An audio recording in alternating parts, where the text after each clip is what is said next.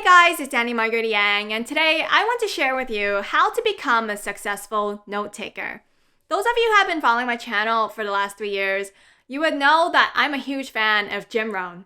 And one of the things that he said that really stuck with me through these years was, don't just get through your day, get from your day. So a lot of people, they just kind of slug through their day and they don't learn anything new. So this year, I want to exponentially scale a highly profitable business. So I've been learning and I've been taking notes as I go. And I want to share with you guys today how to take notes so that you can learn from me and apply it to any goal that you set for yourself, financial or not. So one of the things that you can do is you can read books, right? Anytime you don't know about a subject, one of the first things you can do is read the best-selling books in that genre. And every time you finish reading the book, just dedicate 1 or 2 pages in your journal on the main takeaways that you took away from the book. So also, every time I listen to a podcast that's business related or educational in value, I also like to take notes on that. I got this idea from my friend Robert. So a few years ago, I had a conversation with my friend Robert, and every time we talk, he goes Annie, he's always trying to inspire me. He goes, you got to keep your head on straight. I heard from this speech by so-and-so, the title of that speech was blah, blah, blah, and he used blah, blah, blah as an example. And it was just so specific. I'm like, Robert, how do you remember all this detail? And he told me, oh yeah, that's easy. Every time I watch a YouTube video, I take notes. So here on this page, Sell Different by Lee Salz, that's a podcast that he was a guest on the Marketing Book podcast with Douglas Burdett. So if I see another company doing things that are pretty unique, for example, on this page, I have this title called Giveaway Ideas to Potential Clients, right?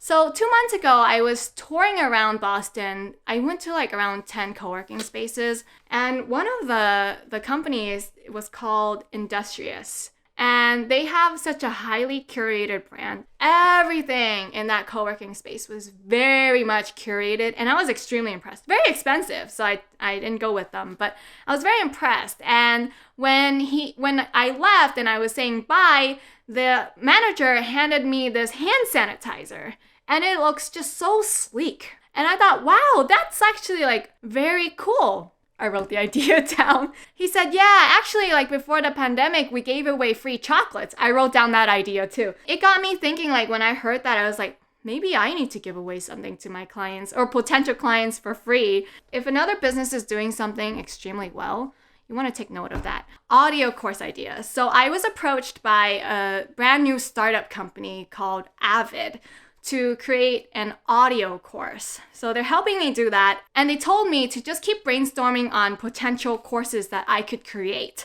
right? To think about the kind of experiences that I've had that can really help people and that people would want to take a course in. So I just sat down for an hour and I just brainstorm. Every time I got an idea, I just wrote it down. So on this page, it's actually advice from friends. So when I go to my friends and I ask them for advice, I actually write down the advice and I think about it, and if I follow it, I'll let them know, hey, I actually took your advice. It was pretty good. I find that a lot of people have trouble taking advice from others. When they get good sound advice, they usually ignore it, and then they just end up doing what they wanted to do anyway, and then they end up not getting the results that they were seeking. I came across a problem recently. I have a client that I've had for 3 years, and he didn't give me all the stuff that I needed to get the bookkeeping done last year until around Christmas, right? And normally I'm supposed to bill my clients hourly and a minimum of 4 hours a month. So that means 48 hours a year.